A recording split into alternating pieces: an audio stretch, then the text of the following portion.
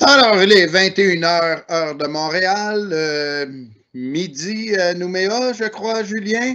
Alors, bienvenue au marathon virtuel Microsoft 365. Notre prochaine conférence va être présentée par Julien Chable, qui va nous parler des serverless avec les fonctions Azure. Alors, Julien, la table est à toi. Amuse-toi bien pour les prochaines 50 minutes. Merci Serge, on va essayer de faire comme ça. Bonjour à tous ceux qui nous ont rejoints ce matin pour certains, l'après-midi pour d'autres. Je suis Julien Chable, je suis actuellement en Nouvelle-Calédonie. Et effectivement, je vais vous présenter le serverless et notamment les fonctions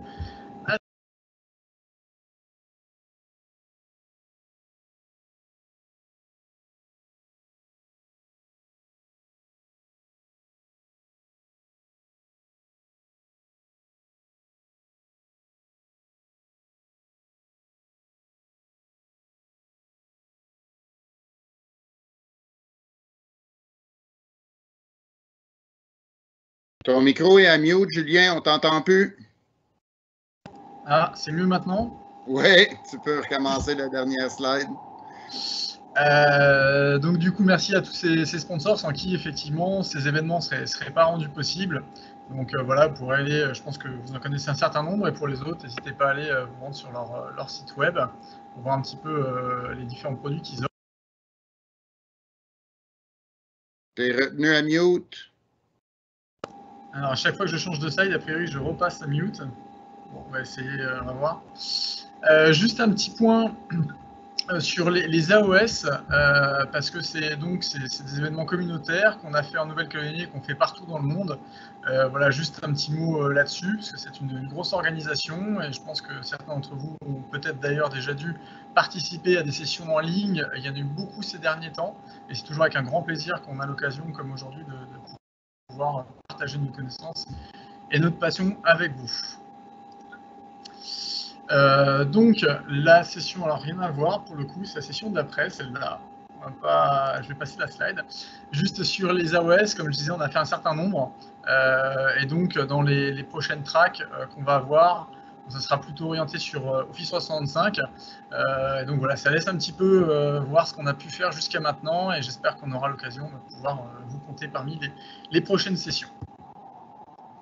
Donc Julien Chable, moi je suis MVP sur Office Apps et Services. Dans la vraie vie, je suis consultant SharePoint et Office 365 et également plutôt avec un profil développeur et notamment sur la plateforme .NET. Et c'est pour ça que je vous présente cette session aujourd'hui sur les fonctions Azure. Donc on va parler C#, on va parler Azure et on va parler serverless. Alors avant de parler serverless, je vais quand même rapidement vous expliquer ce qu'est le serverless, en tout cas quelle définition on en donne aujourd'hui. Donc le serverless, tout simplement, c'est pour le développeur et on va dire pour les administrateurs, déjà une grosse facilité, une grosse épine du pied retirée, c'est qu'on n'a aucun serveur approvisionné. On n'a pas besoin de s'occuper de savoir si on est sur un Linux, sur un Windows, sur telle plateforme ou sur quelque chose de virtualisé ou pas, on ne provisionne aucun serveur. Ensuite, la deuxième chose qui est importante avec le serverless, c'est toute la mise à l'échelle à l'usage. Ça veut dire que j'ai mon site qui est en début de vie, je vais avoir peu d'utilisateurs, une application qui a peu d'utilisateurs, je n'ai pas besoin de beaucoup de puissance. Et puis peut-être qu'à un moment donné, j'ai un super article dans Reuters qui est sorti, et puis j'ai mon site qui va être d'un coup bombardé par les utilisateurs. Et en fait, on va avoir une mise à l'échelle à l'usage, quasiment, pas en temps réel, mais quasiment en tout cas, qui va se faire automatiquement. Donc ça, c'est une grosse fonctionnalité sur cette scalabilité-là, qui est très très importante sur les aspects effectivement serverless. Un autre point, c'est qu'effectivement, on va payer que ce que l'on consomme. Donc si votre application est en mode vacances, parce que vous avez peu d'utilisateurs, parce que c'est la nuit, bah, vous allez forcément payer moins, voire pas si vous n'avez pas de client qui vient sur consommer en tout cas votre application. Et forcément, dans le serverless, donc on est effectivement sur aucun serveur, ça ne veut pas dire qu'il n'y a pas de serveur en arrière-plan, mais en tout cas on ne les gère pas. Et donc ça va tourner dans des data centers, et notamment dans Azure. Et donc là, on a tous les avantages de la disponibilité et de la tolérance de panne qui va directement être intégrée dans vos applications. Je vais vous parler un petit peu architecture, puisque le serverless en fait suit plusieurs principes. Et notamment, je vais revenir un petit peu sur comment développer des applications avant. Alors, comment on peut le faire encore aujourd'hui. Mais voilà, on essaie de migrer tout doucement vers le microservice. J'espère que vous savez ce qu'est un microservice. Et si ce n'est pas le cas, je vais tenter de vous l'expliquer rapidement. Quand on développait une application, alors il y a 20 ans, ça peut être encore le cas un petit peu aujourd'hui, on développait une application de façon monolithique.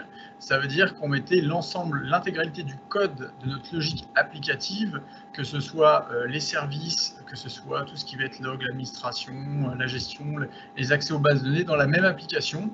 Et quand on déployait notre application sur un serveur, eh ben, on prenait toute l'application et donc on mettait tout ça sur un serveur. Ce qui veut dire que quand vous découvriez un bug dans une petite partie de l'application, et ben vous corrigiez ça, il fallait redéployer systématiquement toute l'application.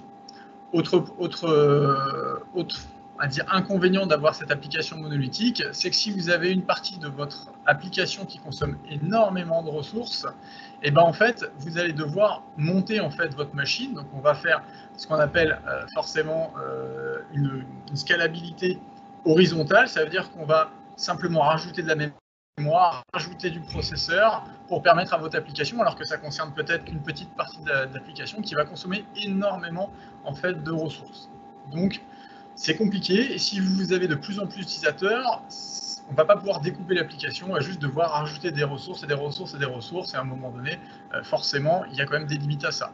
L'autre limite, c'est également sur les mises à jour. Si vous avez, comme je disais, un bug sur un seul bout de votre code, bah, vous allez devoir faire un shoot-down de l'application généralisé. Donc ça, c'était un petit peu comment développer dans l'ancien temps, et ce qui peut se faire encore sur des plus petites applications. Et aujourd'hui, sur des applications, on va parler de microservices. Le microservice, c'est tout simplement, en termes d'architecture, le découpage en termes de services autonomes, résilients et vraiment spécifiques de votre application. Et ensuite, c'est ce que vous avez sur la slide sur la partie droite. On voit la même application qui a été découpée et les services vont s'échanger, vont communiquer entre eux de façon à ce que l'application continue de fonctionner. Donc par exemple, si vous avez un module, un e-commerce, vous allez pouvoir remplir votre panier, ensuite vous allez passer au paiement, ça va être historisé, etc. Donc tout ça va très bien marcher. Ça nécessite un petit peu plus d'efforts. C'est là qu'après, on va voir pourquoi le serverless va être très intéressant. Donc monolithique et le microservice. Donc ça, c'est la façon dont on a l'habitude, nous d'ailleurs, de développer la quasi-totalité de nos applications. En quoi le serverless est lié au microservice? Donc ça, c'est pour ça que je vous ai introduit tout ça. C'est donc le monolithique, le microservice. Et aujourd'hui, on va être sur un découpage supplémentaire de nos applications. Des applications de plus en plus grosses, des applications qui nécessitent de plus en plus d'être scalables. Donc si par exemple dans microservice, à un moment donné, j'avais par exemple le module de livraison qui nécessitait vraiment une grosse mise à l'échelle, bah, j'avais la possibilité de juste mettre à l'échelle en fait ce module-là et pas l'intégralité de mon application. Et avec le serverless, on va aller un cran au-dessus de ça et on va commencer à parler de nanoservices. Ça veut dire que je vais avoir, par exemple, je vais prendre mon module de livraison, le shipment, qui est là, et en fait, ce que je vais faire, je vais le redécouper en fait, encore une fois, en services encore plus petits. Et ça, c'est ce qui va nous permettre d'avoir une granularité encore plus fine et qui va arriver sur les Azure Functions que je vais vous présenter juste derrière. Donc, c'est quoi en termes d'architecture, le serverless avec les microservices? Le lien entre les deux, c'est vraiment l'alignement de l'approche et des principes de conception qui vont être les mêmes, mais simplement qu'on va redescendre à un niveau inférieur encore une fois. Donc on voit qu'entre le monolithique et le serverless, donc tout ce qui va être fonction, on a quand même un découpage qui s'est fait comme au fil des années de façon assez intéressante. Ce qui veut dire que par exemple, si j'ai ma fonction de création d'utilisateurs, celle qu'on voit sur la droite qui me prend énormément de ressources, je vais pouvoir en fait être scalable uniquement sur cette fonction-là et pas sur les autres qui nécessitent beaucoup moins de ressources. Donc on retrouve tous les avantages du microservice mais à un niveau granulaire beaucoup plus fin. Alors les Azure Functions, donc tout ça, c'est la finalité de ce que je viens de vous présenter finalement. C'est simplement, je suis dans le cloud, j'ai créé un bout de code, par exemple, ajouter un utilisateur, et cette fonction-là va s'occuper de faire une chose, et une seule chose, et de façon très bien évidemment, puisque c'est vous qui développez tout ça. Donc ces fonctions-là vont s'exécuter. Alors pour qu'elles s'exécutent, elles ne vont pas s'exécuter un petit quand elles le souhaitent, elles vont s'exécuter par rapport à un événement, par rapport à un trigger, un déclencheur. Et ce déclencheur-là, on le verra après ensemble pendant la démonstration, on en a toute une liste. Un déclencheur, ça peut être simplement une requête que vous envoyez à votre code. Voilà, j'envoie une simple requête, mon code va s'exécuter. Ça pourrait être très bien sur modification d'un fichier, par exemple une image. On pourrait vouloir, lorsque un utilisateur dépose une image, déclencher un resizing automatique de l'ensemble des images. Et donc, dans ce cas-là, voilà, votre code de resizing s'exécuterait lors du dépôt d'un fichier, d'une image dans un storage. On reviendra derrière. Donc, ce qu'il faut bien prendre en compte, c'est que dans les Azure Functions, on a du code, éventuellement des données, forcément à les consommer, puisque votre bout de code peut dépendre de données en amont, en entrée, et un événement. Alors, l'avantage des Azure Functions, c'est également le fait que vous allez avoir un large choix pour développer vos fonctions. Si vous voulez exécuter un bout de code dans le cloud, vous pouvez le faire en C#, en PowerShell, en Node, en Python. Et il y a encore d'autres langages, on aura la liste tout à l'heure. Donc ça, c'est un gros avantage. Si dans votre équipe, par exemple, vous avez vraiment un expert sur du PowerShell ou quelqu'un, par exemple, qui veut faire des fonctions pour Teams, pour Microsoft Graph et autres, il va être capable de le faire en PowerShell. Et puis, vous avez une équipe de développeurs qui fait du C# très bien, une autre équipe qui va faire du Java ou du Python. Il n'y a pas de souci. Tout ça va pouvoir entrer dans les fonctions Azure et s'exécuter de la même façon. Donc ça, c'est déjà un gros avantage. On a une abstraction sur le langage. Ensuite, le modèle de facturation paiement à l'utilisation. On verra tout à l'heure ce que ça entraîne. Et les Azure Functions là-dessus sont très très permissives et très cheap en termes de pricing. Donc on le verra un petit peu après. On peut utiliser ses propres dépendances.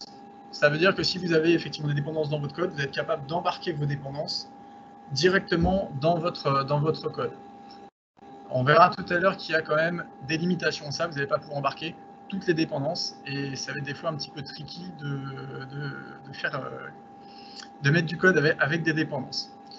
Autre point très intéressant des fonctions Azure, c'est toute la sécurité. Toute la sécurité, quand vous appelez une fonction, l'objectif peut-être pour vous n'est pas d'avoir une fonction qui s'exécute de façon anonyme, complètement anonyme. Ça veut dire qu'à partir du moment où je connais l'URL, je suis capable d'appeler cette fonction, donc d'exécuter du code. Donc, il va y avoir une sécurité intégrée que je vous présenterai ensuite derrière.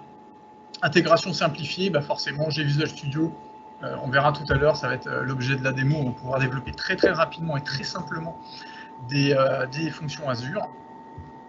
C'est open source, vous allez avoir en fait toute la stack, notamment les Azure Web Jobs.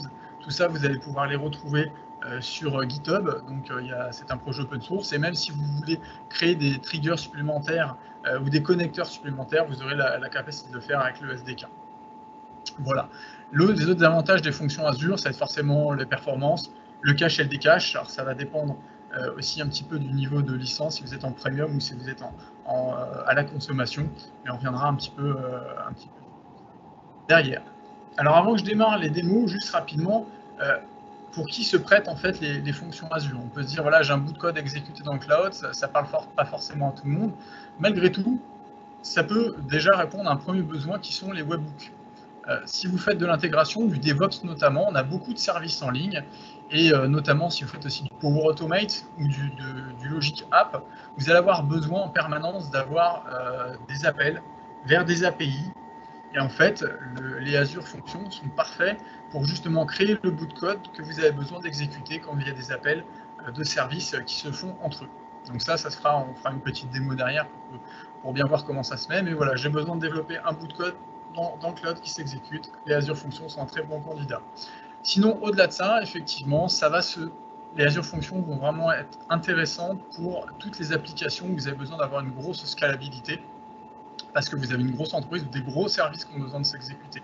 Alors souvent, ça va nécessiter, comme le microservice, un effort supplémentaire dans le découpage, dans l'architecture par rapport à une architecture monolithique. Et on se doute bien que si on découpe en plus en nanoservices, c'est-à-dire en fonction de façon très très granulaire les différents microservices que l'on a, ça va avoir aussi une certaine lourdeur supplémentaire. Donc d'un côté, on va avoir cette petite lourdeur, et de l'autre côté, pour des projets très rapides, on va vraiment accélérer les développements. En tout cas, en termes de développement de productivité des développeurs, on est plutôt dans l'accélération. On est plutôt sur la mise en œuvre derrière, qu'on peut automatiser, On en parlera peut-être sur une autre session, une autre occasion, qu'on va avoir voilà, un petit peu plus de travail, mais c'est pour le bien d'une application et pour le bien de la scalabilité, et ça vous fera gagner beaucoup de temps derrière. Voilà globalement. Alors combien cela coûte? En fait, déjà la première bonne nouvelle, c'est que c'est gratuit jusqu'à 1 million d'appels par mois. Donc ça, c'est déjà vraiment très sympa de la part de Microsoft, parce que 1 million d'appels, il faut quand même que vous ayez un gros service. Et ensuite, je vous laisse aller sur le lien que je vous ai mis sur le calculateur de prix de Azure. Vous allez voir, c'est vraiment très peu cher de le faire. Alors, il y a plusieurs modèles, forcément. Plus vous allez monter en gamme en termes de services derrière sur les Azure Functions, de garantie de service, de mémoire, etc. Et plus, forcément, ça va coûter cher, mais ça reste très très cheap par rapport à ce qu'on peut en faire et les besoins qu'on peut déjà avoir à déployer, au moins dans un premier temps. Comment s'exécute tout ça? Juste très rapidement, parce qu'en termes de développeur, en tant que développeur, c'est important de savoir un petit peu dans quoi on met les pieds et comment ça s'exécute. On va dire de façon très simple, j'ai mon code, comme je disais tout à l'heure, ça peut être n'importe quel langage, jusqu'à supporté par les fonctions Azure, par la fonction app, on va présenter derrière. Un petit fichier de configuration que vous avez quand vous allez le développer, qui peut se faire automatiquement.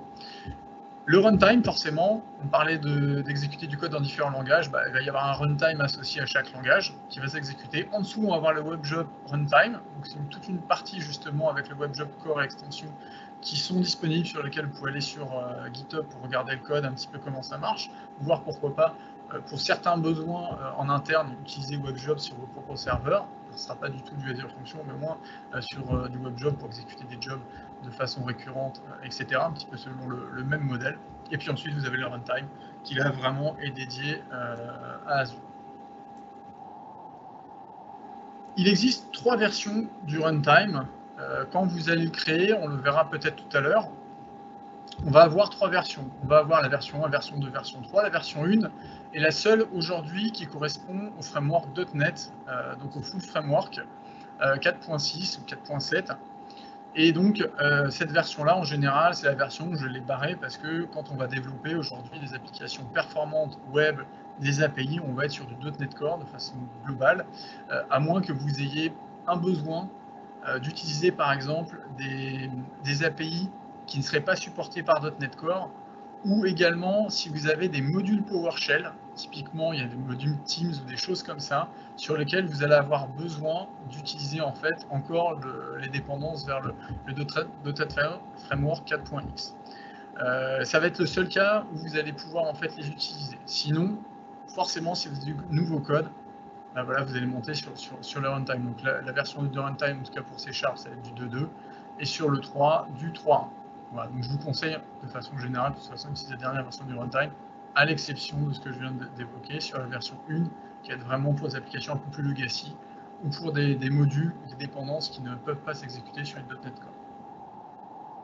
Les langages, quelques langages, j'en ai déjà parlé tout à l'heure, du C#, du JavaScript qui va s'exécuter sur du Node, F#, Java, Python, TypeScript. Donc voilà, ça laisse quand même pas mal de compétences et pas mal de profils de développeurs pour pouvoir développer ce genre d'applications et de fonctions Azure. Alors maintenant, on va passer à la démonstration. Je vais essayer juste de vous montrer globalement pour faire un webhook. On va faire ça de façon très rapide, bien évidemment. L'objectif en fait de mon scénario, c'est de vouloir être notifié quand je fais, par exemple, quand j'ai mon équipe qui va faire un push sur un repository Git. Et donc, je vais me servir en fait des webhooks de GitHub pour appeler mon bout de code. Et on pourrait imaginer derrière que ça soit logué ou que je puisse avertir mon équipe par Teams ou dans une autre application que par exemple mon équipe a fait un push. On pourrait faire ça sur plein d'autres choses. On va rester simple pour la démonstration. Mais voilà le schéma, je push quelque chose sur mon Git, GitHub va en fait invoquer le webhook qu'on aura développé ensemble pour exécuter une fonction, et on fera juste un affichage pour voir voilà, comment vous avez récupéré. L'idée c'est vraiment de vous montrer à quel point c'est simple de développer des Azure Functions et que ça laisse vraiment place énormément de créativité pour pas mal d'applications. Alors ça, on verra le Azurite juste après. Hop. Alors, on va créer une application nouvelle application. On va pas repartir de celle-là. Voilà.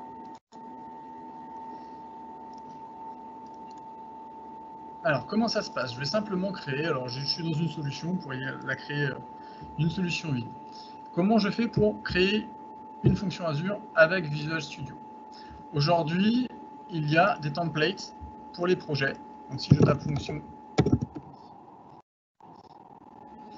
pour pouvoir avoir en fait les templates Azure, vous devez avoir normalement au niveau de votre installation de Visual Studio le package Azure pour le développement Azure qui doit être déployé. Si vous n'avez pas coché cette case-là, si Azure Function n'est pas disponible dans les modèles de projet de Visual Studio, simplement relancez l'installeur de Visual Studio et vous allez trouver en fait le pack pour le développement Azure qui vous rajoutera en fait ce modèle de projet. Alors je vais créer ce nouveau modèle de projet ici. On va l'appeler par exemple démo 2.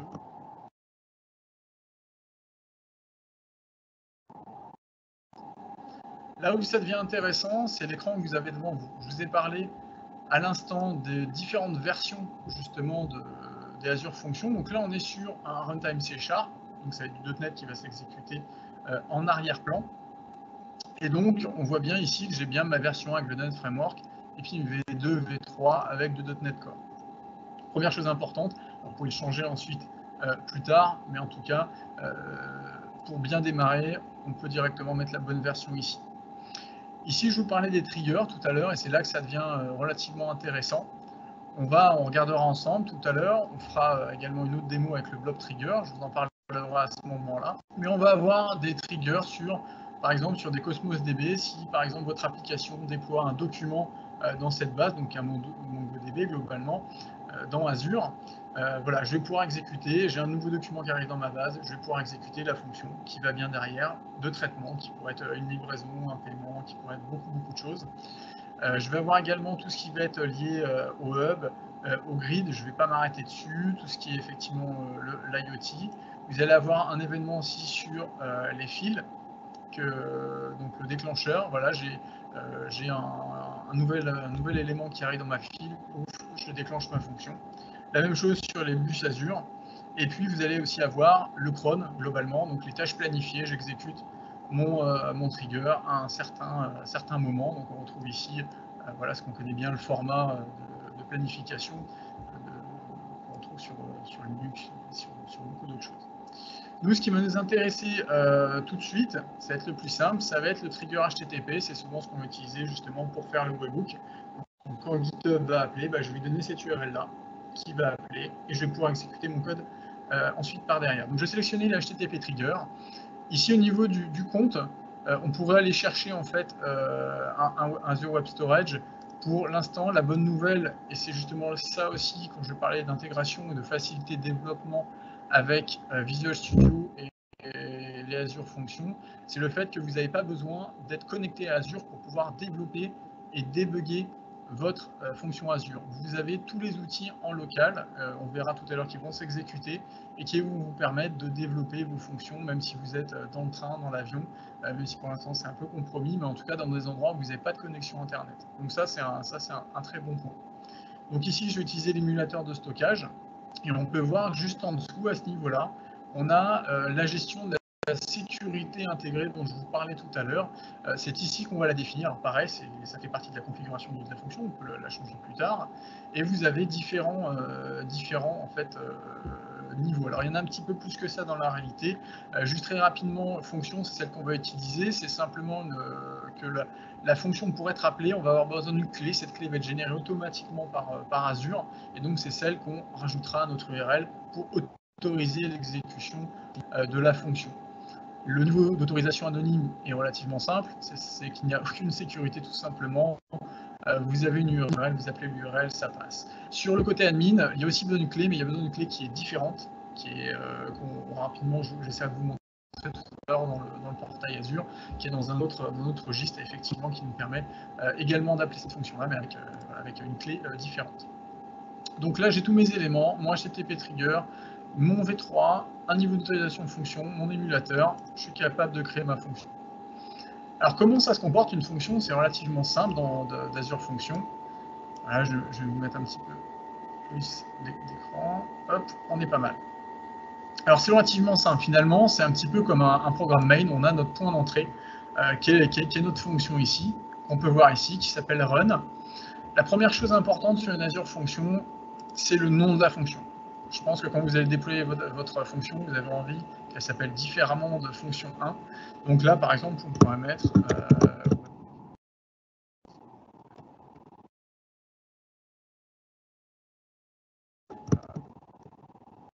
On vient de te perdre, Julien. Oui. Ouais, on n'entendait plus le son. D'accord. C'est mieux là? Ouais. Parfait. Super. Donc déjà, changer le nom de sa fonction, c'est la première chose. Ça vous permettra. Et en fait, ça va être ce qui va compter dans l'URL aussi. Ensuite, ici, on peut voir, quand on rentre dans la fonction, on a différentes choses. Le niveau d'autorisation, c'est ce qu'on a vu ensemble. On peut le changer, il en existe quelques-uns. On peut voir qu'il y en a deux de plus par rapport, comme je vous disais tout à l'heure, qui existent. Je ne vais pas rentrer trop dans l'explication. Pour regarder, il y a de la très bonne documentation dessus. Et on voit que notre fonction est capable de supporter en fait les verbes get et post. Donc si par exemple vous voulez faire que du get, vous supprimez simplement le post ici et ça fera office. Nous on va faire un webhook, c'est un post que fait GitHub, donc on va laisser le post là. Et ensuite les choses sont très simples, je récupère tout simplement ma requête, j'ai une injection sur mon logger, et donc là je suis capable d'exécuter en fait ma fonction. Là très simplement, je log une information, on verra tout à l'heure, on peut d'ailleurs renommer ça. On sera de voir au niveau du log tout à l'heure, justement qu'on a bien ça, qu'on a bien le bon log. Ici, en fait, c'est un exemple où il va chercher le nom, on verra tout à l'heure, on est capable d'aller chercher le paramètre du nom. Voilà, on va aller chercher tout ça, et puis ensuite, je vais vous l'exécuter. Simplement, on va aller chercher la requête. On va récupérer le body qui va être désérialisé, ici. Et puis ensuite, en fonction de savoir si j'ai bien récupéré le nom ou non, en fait, je vais soit afficher un message, soit l'autre. Donc ce que je vais faire, on va partir avant d'aller sur GitHub, on va simplement exécuter notre fonction. Alors notre fonction, on va la passer là, ici. Et donc, sur cette fonction-là, comme je disais tout à l'heure, le fait qu'en fait, on va pouvoir tout exécuter en local, tout débugger en local, c'est quand même très très intéressant. Donc ce qu'on va essayer, voilà, il démarre. Ben, ça tombe bien. D'accord. Il fait des mots.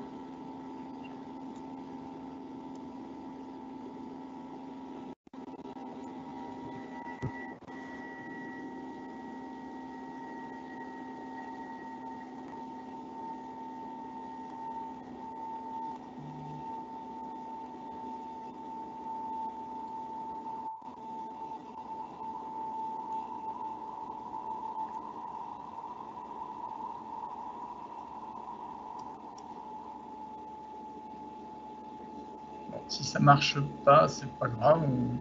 Je vous demande de me croire sur parole qu'effectivement vous pouvez débugger en local. Ce qui va pas m'arranger pour ma deuxième démo, mais on va voir.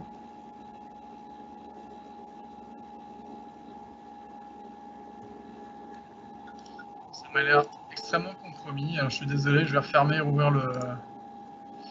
l'application. Est-ce que c'est celle-là? Voilà.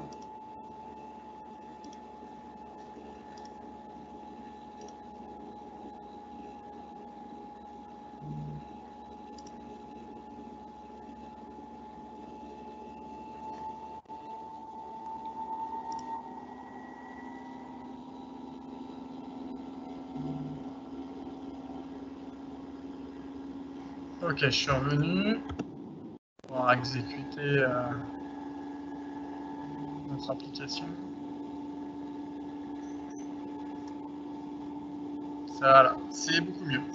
Ah, donc là, en fait, ce qui se passe, c'est que donc Visual Studio va exécuter directement en fait un Azure Web Jobs en arrière-plan, ce qu'on peut voir ici, voilà, qui s'est bien initialisé. Ici, c'est la configuration de la fonction qu'on a faite. Et ici, je vais me retrouver avec effectivement l'URL qui est ici.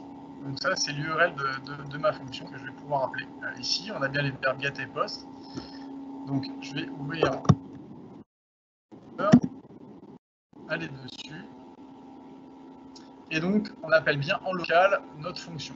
Et il nous dit bien qu'il faut qu'on donne un nom. Donc, on va un nom, voilà, et on va avoir le nom qui est ici. Là, j'ai bien ma fonction qui s'exécute localement. ADP de la directement. Donc ça, c'est la première façon de pouvoir voir à quel point c'est simple de développer dans l'Azure Function. Alors, ce qu'on va faire maintenant, c'est qu'on va publier cette fonction-là. On va la publier. Alors, pour la publier, c'est toujours un petit peu comme tout dans Visual Studio. On va cliquer sur « Publier ». Et là, je vais pouvoir aller directement me raccrocher, en fait. On va faire suivant, suivant. Voilà, j'ai déjà provisionné l'environnement. Ça sera beaucoup plus simple et surtout beaucoup plus rapide de pouvoir vous faire la démonstration. Donc, c'est ici. Voilà. On va juste l'associer ici et on va cliquer sur « Publier ». Donc, pendant que c'est en train de publier, de mon côté, sur le portail Azure, donc là, je vais être sur mon app fonction qui est ici. Hop. Voilà. On va voir d'ailleurs quelques tests juste avant. Et ensuite, si vous voulez voir toutes les fonctions, vous cliquez simplement sur « Fonctions » et vous allez pouvoir voir en fait toutes les fonctions déployées.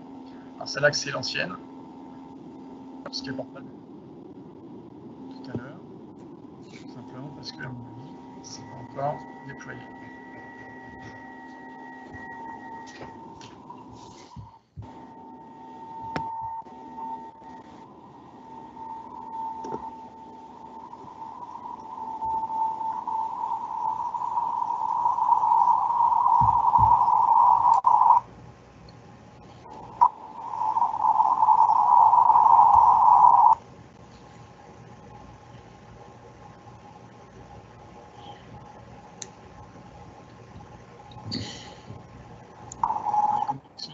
Mais ça devrait le faire. Voilà, donc la publication est faite.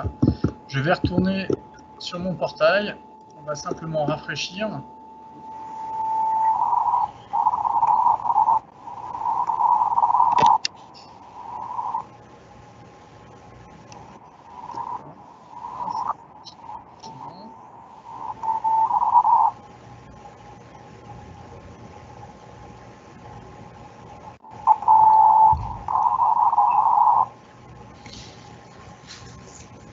Très bien.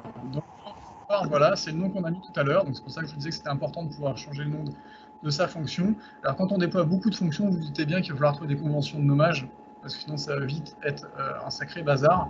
Donc, quand on passe en architecture en nano-serveur, il faut vraiment avoir une petite convention de nommage qui va bien avec les modules, les différentes choses que font les choses des traitements. Sinon, c'est vite compliqué, on fait vite des bêtises aussi derrière. Donc, je vais cliquer sur ma fonction qui est ici. Voilà. Voilà, très bien.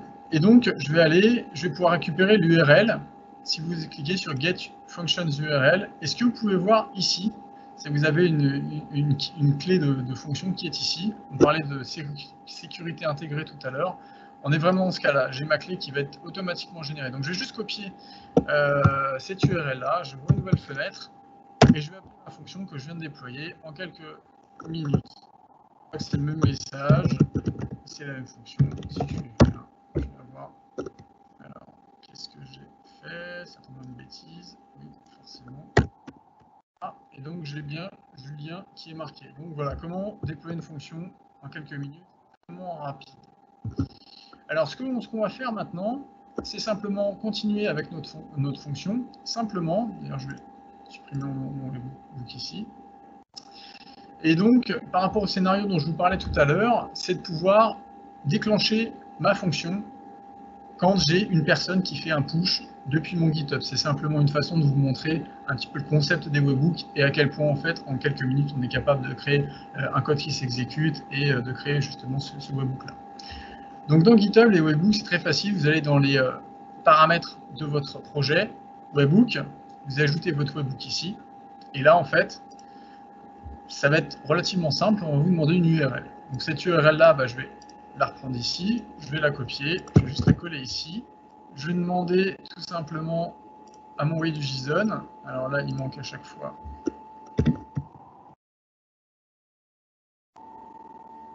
Ça doit être bon. Je vais garder mon SSL. On va le faire sur un événement push. Sinon, vous auriez la capacité voilà, à pouvoir choisir sur quel événement. On va rester simple pour la démo. On va le garder actif et je vais l'ajouter. Donc à partir de maintenant, à chaque fois que ma fonction va être appelée, à chaque fois que quelqu'un va faire un push de code sur le repository, je vais avoir ma fonction qui va être appelée. Alors, pour pouvoir récupérer les données, parce que l'idée c'est que je vous montre un petit peu comment on fait pour récupérer les données également, on va quand même modifier notre code. Donc ici, on va garder le get et le post. Alors le get n'est pas forcément indispensable puisque GitHub va envoyer des requêtes post. Et donc ici, voilà, on va faire démo marathon.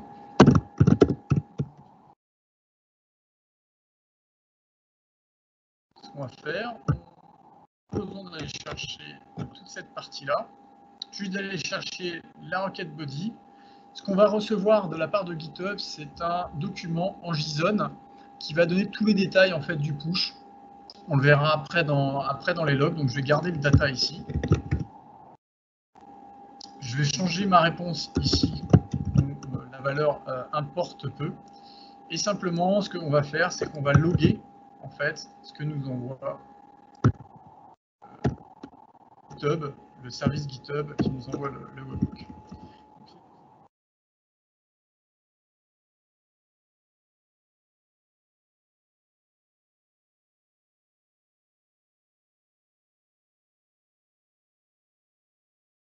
Je viens de modifier complètement ma fonction et je vais la republier tout simplement. Donc tout à l'heure, on a déjà fait en fait le package de publication. Je vais simplement le republier.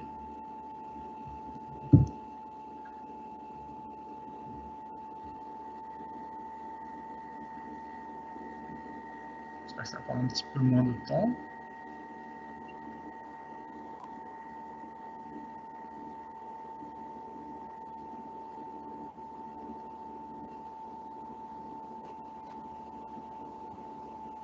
Donc c'est là qu'on peut voir vraiment en termes de productivité justement ce qu'apporte Visual Studio et cette intégration dans Azure et justement tous les modèles de projet, tous les outils qui sont mis autour entre le déploiement local et justement le fait de pouvoir publier les packages comme ça en live. Alors je vais retourner ici, on va retourner sur nos fonctions.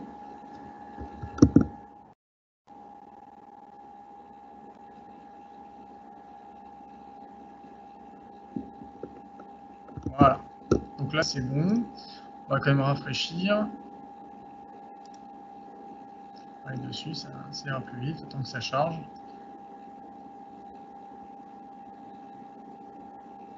Ouais, toujours un petit peu de temps après une publication, comme le premier démarrage, il y a un démarrage à froid qui se fait, sauf sur les premiums.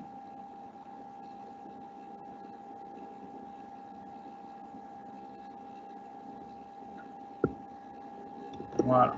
Donc là, effectivement, ma fonction est de nouveau déployée, et c'est là que je vais pouvoir vous montrer un petit peu le reste des menus dans le portail.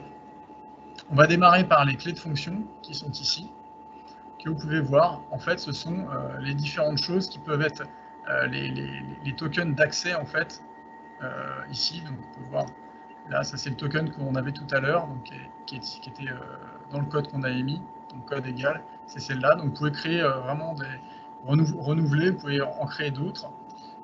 Nous avons la partie intégration, ici, qui voilà, vous permet en fait de pouvoir éditer un certain nombre de choses. Alors on n'a pas forcément là la main parce qu'on a poussé du code, on peut très bien développer de façon différente en fait la fonction. Donc là on a un petit peu plus la main. Et la partie intéressante sur une Azure Function, puisque vous avez une fonction qui s'exécute de façon headless, donc vous avez rien d'autre finalement que les logs en sortie pour le voir, ou alors le résultat d'un appel. Et ben ce sont les logs qu'on va voir ici. Donc j'ai déjà connecté, en fait, j'ai un application insight qui, normalement, quand vous créez votre fonction, n'est pas encore connecté. Mais en fait, voilà, j'ai déjà mis un petit peu la plomberie pour éviter de nous faire perdre du temps là-dessus. Donc, à partir de maintenant, je vais pouvoir recevoir les logs. Donc, ce qu'on va faire, Déjà, on va revoir en fait si notre fonction déjà. Forcément, je ne l'ai plus. Je ne l'ai plus en cache. Hop. Juste aller chercher l'URL avec tout le code.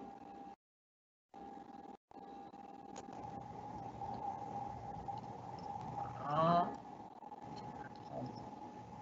La fonction. On n'entend pas bien, Julien. Est-ce que vous m'entendez mieux là? Ouais. Peut-être, il y a peut-être un petit bruit de fond qui. Ok. Alors, je vais juste retester ma fonction. C'est ça l'idée. Voir si elle fonctionne bien. Ok, donc c'est bien le code que j'ai poussé tout à l'heure. Donc pour finir ma démonstration, tout simplement, maintenant, je vais aller dans Code ici. Ça, c'est une petite fonction très sympa d'ailleurs de GitHub. C'est que je peux éditer mon README en Markdown directement. Et donc, par exemple, ici, démo. J'ai modifié. Je vais mettre comité. Donc là, à partir de ce moment-là, je vais avoir mon webhook GitHub qui va appeler ma fonction et qu'on va pouvoir voir en fait quelque part ici. Voilà. Donc je ne sais pas si vous avez vu, donc en fait j'ai GitHub qui a appelé ma fonction, et il m'a envoyé en fait un payload, et dans ce payload là, j'ai effectivement, qu'on voit ici, bah voilà, qui a fait le push, sur quoi, et puis je vais pouvoir retrouver effectivement un certain nombre d'éléments sur le projet également. Et donc ça, on peut très bien imaginer qu'ensuite vous puissiez le retraiter dans votre chaîne DevOps pour d'autres choses, pour des stats, pour la qualité de code, pour notifier, pour compléter même des items, des choses comme ça. Donc voilà, la démo, je vais m'arrêter là, c'est une fonction très simple, mais c'était juste pour vous montrer un petit peu tout le process de mise à jour, comment on faisait, la sécurité, un petit peu la partie Azure Portail. Et après, j'espère qu'on aura beaucoup d'autres occasions de pouvoir échanger et aller plus loin avec les Azure Functions. Je vois que le temps file. Tu me le confirmes, Serge? Nous avons encore un bon petit 10 minutes. Je vais en profiter pour juste évoquer, tout à l'heure, on parlait des Azure Blob Storage, du déclencheur, en fait. Par exemple, quand je dépose une image, je vais pouvoir déclencher en fait un code qui va pouvoir faire différents resizing parce que sur mon site, j'ai pas envie de charger une photo avec qui fait 4 mégas, mais avoir déjà des petits thumbnails à droite à gauche. C'est un exemple, il y en a plein d'autres. De la même façon, ça, effectivement, si vous êtes avec du Azure Blob Storage, c'est-à-dire que votre déclencheur est vraiment sur l'Azure Blob Storage, vous tenez bien que si vous n'êtes pas connecté à Azure, ça va être compliqué de pouvoir débugger. En fait, il existe quelque chose qui s'appelle Azurite, qui est un émulateur d'Azure Storage, qui est une application Node, qui est aussi disponible sur GitHub et que vous pouvez installer. Je vous ai mis les lignes de commande sur Node et sur Docker, et qui vont vous permettre en fait de simuler un Azure Storage directement en local sur votre machine, donc de pouvoir débugger, encore une fois, hors ligne. Rapidement, une petite démonstration. Ça va aller extrêmement vite avant de clôturer avec quelques bonnes pratiques. Donc, je vais reprendre mon Visual Studio qui est ici. Là, je vous avais préparé le code qui est ici. Ça se présente exactement de la même façon qu'on a pu le faire avec l'Azure Function, avec le trigger HTTP. Sauf qu'à la place d'être un HTTP trigger ici, j'ai un blob trigger. Et dans ce blob trigger ici, je mets en fait, ça c'est le nom de mon conteneur. Donc, je vais vous expliquer, je vais vous montrer après le conteneur. Et tout simplement ici, je fais un log voilà, avec le nom et la pour vous montrer en fait comment ça fonctionne. Donc comment ça fonctionne simplement? Alors là, j'ai lancé, je vais fermer cette console-là qui nous concerne plus. Et ici d'ailleurs, je vais le faire en live devant vous. Je l'ai installé avant, mais Azurite. Donc Azurite va s'exécuter, simplement il va écouter sur les ports 10 000 et 10 001. Voilà, ça une fois que je l'ai fait, j'ai plus besoin de m'en occuper. J'ai un outil ici qui s'appelle Microsoft Azure Storage Explorer qui me permet justement d'aller regarder sur un petit peu tous mes blob storage à droite à gauche de mes différents abonnements, ce qu'il y a, et donc de pouvoir naviguer dedans, de pouvoir rajouter des fichiers. Et donc ce que je vais faire ici, alors je vais l'actualiser parce que voilà, actualiser ici, je l'ai toujours, ce qui est ok, parfait. Donc, là, je vais refermer. Donc ici, j'ai créé mon démo. Le démo work item, c'est ce que j'ai ici, c'est le nom de mon conteneur. Voilà. Le name, ça sera le nom de mon fichier qui me sera fourni par mon blob trigger. Donc, ce qui va se passer ici, alors déjà, je vais lancer mon... Sauf que je n'ai pas lancé la bonne. C'est normal.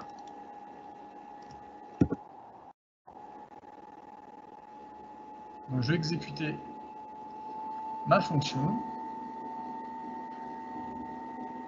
Voilà, on voit que j'ai ça ici. Alors, vu que je vais me connecter sur mon blob storage, voilà, il faut que j'attende bien que cette petite ligne-là se fasse, que j'ai bien un lock qui soit écrit ici.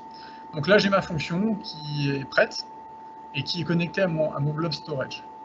Donc, je vais tout simplement prendre ici, par exemple, donc je vais charger un fichier. On va aller chercher ici, par exemple ici, voilà. Et donc, je vais charger ça dans mon conteneur de mon web storage émulé par Azurite. Donc là, j'ai effectivement ça. Il est bien arrivé ici. J'ai bien toute la suite des choses qui se sont mises ici. Clic. Ça ne marche pas, alors j'ai un petit doute.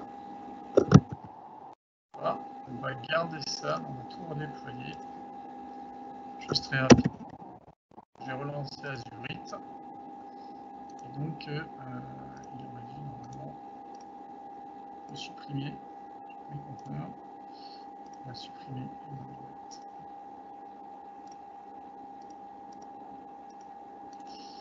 Créer.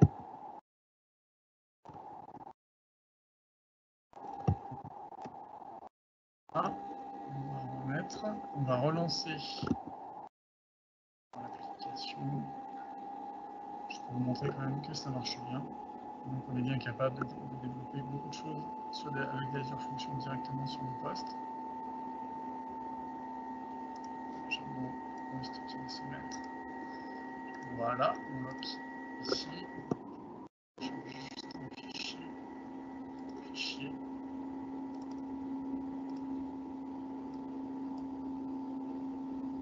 Voilà, donc c'est effectivement qu'Azurite. Ce qu'il faut faire attention, c'est quand vous coupez Azurite, en fait, c'est du in-memory. Donc en fait, même si tout à l'heure, a priori, l'Explorer ne rafraîchissait peut-être pas un cache, il faut recréer en fait directement derrière le conteneur parce qu'il est disparu entre temps.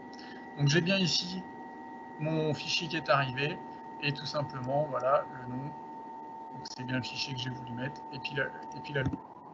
Voilà, donc juste, je vous ai montré deux types de triggers, les HTTP triggers et les blob triggers et tout ça sur lequel on est capable de faire tout ça en local. Terminé sur vraiment les petites choses importantes et les retours d'expérience que nous on a sur les développements qu'on a réalisés sur les fonctions. Alors je pourrais faire presque une session que là-dessus, mais déjà des choses en termes d'architecture qui sont vraiment à ne pas, enfin il y a une ligne rouge à ne pas dépasser. On doit vraiment avoir des fonctions qui doivent faire une seule chose. C'est vraiment le propre d'une fonction. Azure, vous avez même sur d'autres providers, d'autres data centers, les mêmes choses qui se font. Vraiment, une fonction doit faire une seule chose. Si une fonction fait deux choses, c'est que ce sont deux fonctions. Et potentiellement d'ailleurs, une fonction sur laquelle vous allez pouvoir capitaliser. Un point important, c'est que les fonctions sont stateless. Vous devez absolument avoir vraiment ça à l'esprit et pas avoir des choses avec voilà, des petites sessions, des tokens. Je vais vous en reparler juste après pour ce type de fonction-là. Les fonctions doivent également être idempotentes.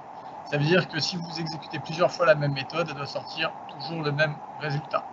Il te reste 2 minutes, Julien. Ça marche, bah, j'ai fini. J'ai fini. J'ai fini. Les fonctions doivent se terminer dès que possible. L'objectif, c'est pas que vous ayez des fonctions qui mettent 5 minutes à s'exécuter, sinon c'est qu'il y a un souci par ailleurs. C'est des fonctions qui peuvent être courtes. Si les fonctions doivent prendre du temps pour s'exécuter, ou avoir des choses avec du stateful, ou avoir du parallélisme à faire, ou de l'ordonnancement entre fonctions, je vous conseille d'aller sur quelque chose qui sort de cette session-là, qui s'appelle les durable functions, qui sont vraiment faits pour enchaîner et pour avoir des fonctions qui sont beaucoup plus longues à s'exécuter ou sur lesquelles vous pouvez avoir comme un workflow, par exemple un workflow de validation qui va pouvoir se mettre en pause à certains moments. Donc pour ça ne va pas être des fonctions telles que je vous les ai montrées. On va partir sur des durable functions. Autre bonne pratique, n'hésitez pas, quand on fait des fonctions, on fait beaucoup de choses dans Azure, vous recyclez sans arrêt vos ressources, vous allez retrouver plein de storage, plein de choses à la fin. C'est pas forcément très utile et ça peut coûter un peu plus cher sur votre crédit. Les fonctions partagent la mémoire, vous mettez plusieurs fonctions, elles partagent la mémoire. Ça, c'est important. C'est-à-dire que si vous prenez beaucoup de mémoire, au bout d'un moment, ça peut être du serverless. Il y a quand même 2-3 limites à faire attention. Néanmoins, si vous avez des choses à partager entre plusieurs fonctions, vous pouvez faire un singleton. Ça marche très très bien. Par exemple, si vous avez des caches Redis ou des connexions, avec une belle faute, qui sont là, voilà, ça va fonctionner. Et n'hésitez pas, pareil, si vous allouez des objets pendant vos traitements, vous créez un objet pendant votre fonction, surtout vous supprimez cet objet à la fin de votre fonction. Très très important aussi.